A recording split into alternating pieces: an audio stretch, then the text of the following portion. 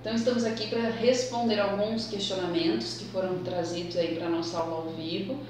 Foram vários questionamentos, eu selecionei alguns aqui, até porque a gente ainda vai tratar sobre alguns assuntos nas outras aulas, tá? Então o primeiro deles foi do Paulo César, que ele pergunta: a gratificação apresentada na folha de pagamento é passível de dedução de impostos como INSS e IR? Sim.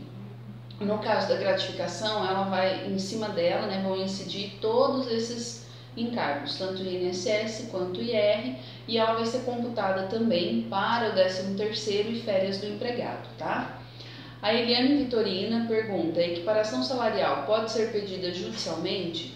Isso pode prejudicar a empresa? Ela acaba sendo pedida judicialmente porque a empresa ela não vai proporcionar essa equiparação salarial para o empregado. Então, precisa entrar com uma ação judicial pedindo a equiparação salarial, pedir a igualdade, então, desse salário. Não prejudica em nada a empresa, até porque é uma opção da empresa em igualar esse salário ou não. Então, acaba aí o empregado que tem interesse nessa equiparação ingressando com essa ação judicial. Só que nós não podemos esquecer, o que foi discutido já em outra aula, é que é muito difícil o empregado entrar com uma ação judicial quando ele ainda trabalha naquela organização, tá? Então acaba sendo algo um pouco difícil de acontecer.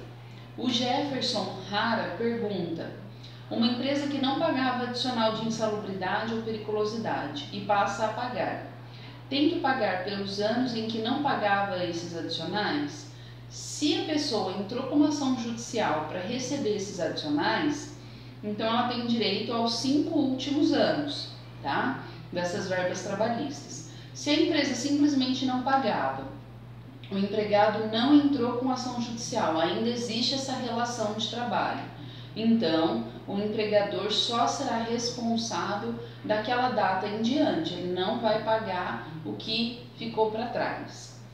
O Edson José pergunta: como fica a questão da função do empregado em relação à anotação em carteira no período experimental em que estará recebendo a gratificação de função? Existe um determinado período para fixar a função atual ou para regredir a função anterior?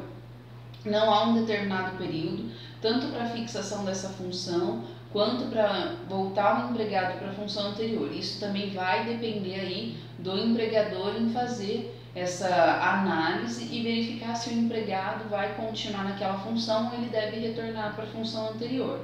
E a carteira de trabalho, a partir do momento que esse empregado já passa para essa gratificação de função, começa a receber essa gratificação, ela deve ser anotada na carteira de trabalho do empregado imediatamente, tá? E a última pergunta é da Leandra Cristina, que ela fala sobre os adicionais. Então ela pergunta como funciona a indenização em um processo judicial do empregado ao empregador no que diz respeito ao adicional de penosidade. O adicional de penosidade ele vai ser fixado pelo juiz. Então o juiz vai analisar qual a função que o empregado desenvolvia, qual era a penosidade, a situação por qual ele passava, o constrangimento ou os riscos que ele tinha na realização dessa função, e aí o juiz vai fixar o valor então que ele deveria receber ao longo do trabalho e que não foi pago a ele no momento correto, tá? Então essas foram as perguntas que a gente selecionou para esse segundo vídeo. Eu espero ter esclarecido alguma dúvida que você ficou na nossa aula e qualquer coisa encaminha para a equipe de mediação que a gente vai respondendo ao longo da semana. Espero vocês segunda-feira na nossa próxima aula ao vivo. Até mais!